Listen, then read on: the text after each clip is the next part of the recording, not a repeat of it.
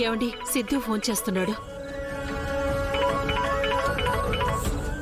Hello అమ్మా, తులసి. హరీష్ అన్నయ్యని తీసుకొని రేపు ఇక్కడికి వచ్చేయండి అమ్మా. ఏ తులసి, ఏమైంది? అయ్యయ్యో, టెన్షన్ పడకండి. అన్నయ్య వదుల్ని ఇద్దరిని కూర్చోబెట్టి మాట్లాడాలని మావయ్య మిమ్మల్ని పిలవమని చెప్పారమ్మా.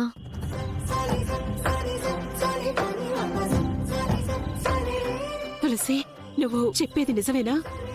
నిజమేనమ్మా. ఇంట్లో మావయ్య బామ్మ అందరూ నాతో చాలా బాగా మాట్లాడుతున్నారు. చాలా మంచి మాట చెప్పావమ్మా.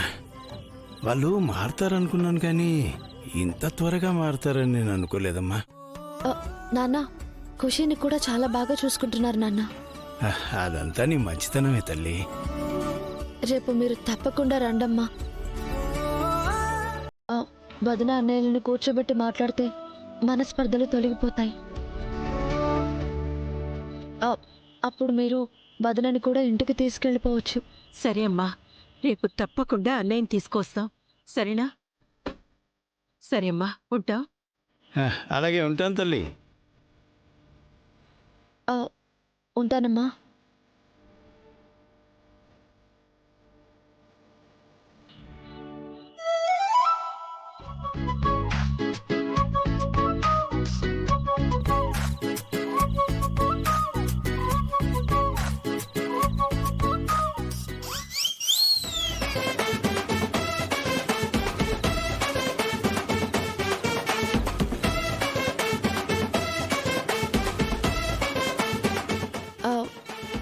అదే నా ఫోన్లో బ్యాలెన్స్ లేకపోతే